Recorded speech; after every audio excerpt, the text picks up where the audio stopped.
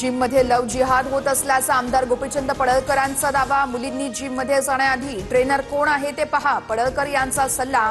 तर हिंदू मुलींना संस्कृतीचं भान, संजय राऊतांचं उत्तर। उद्या गोरेगावमध्ये मनसेच्या पदाधिकाऱ्यांचा मेळावा, राज ठाकरे पदाधिकाऱ्यांमध्ये मार्गदर्शन करणार। नागपुरात महाज्योतीची इमारत आणि प्रशिक्षण केंद्र उभारणार। उद्या मुख्यमंत्री फडणवीसांच्या हस्ते इमारतीचं भूमिपूजन, तर गडकरी, बावनकुळे, अतुल सावेंसह इतर नेतेही उपस्थित राहणार। दिवाळीच्या पार्श्वभूमीवर ड्रायफ्रुट्सची मागणी, नवी मुंबईतील एपीएमसी मार्केटमध्ये ड्रायफ्रुट्समध्ये मोठ्या प्रमाणात भेसळ, अन्न औषध प्रशासनाकडून मेसर्स अंबिका कंपनीज।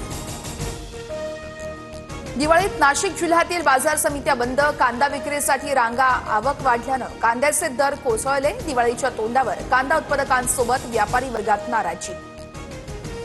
पुढील 2 दिवस कोकणासह मध्य महाराष्ट्र आणि मराठवाड्यात पावसाचा अंदाज, पावसाची शक्यता असताना सांताक्रूजमधील तापमान 37°C वर पोहोचलं। चिपळूणला परतीच्या पावसाचा फटका, 44 गावांमधील 36,000 हेक्टरवरील भातशेतीचं मोठं नुकसान, शेतकरी हतबल।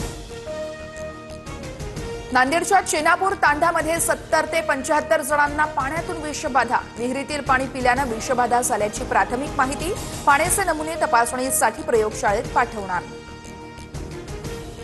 मेहुल चोक्सीला भारतात आणण्याचा मार्ग मोकळा, बेल्जियममधील कोर्टाकडून मेहुल चोक्सीचे भारताकडे प्रत्यार्पण करण्यास मान्यता। पाकिस्तानच्या हल्ल्यात अफगाणिस्तानच्या 3 क्रिकेटपटूंचा मृत्यू, अफगाणिस्तानची पाकिस्तान श्रीलंकेसोबतच्या T20 मालिकेतून माघार।